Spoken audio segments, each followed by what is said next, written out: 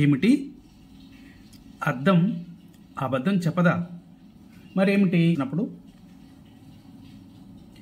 ఇలా కుడి చెయ్యి కదిపినప్పుడు అద్దంలో ఉన్న ఇమేజ్ ఎడమ చేతిని కదుపుతుంది.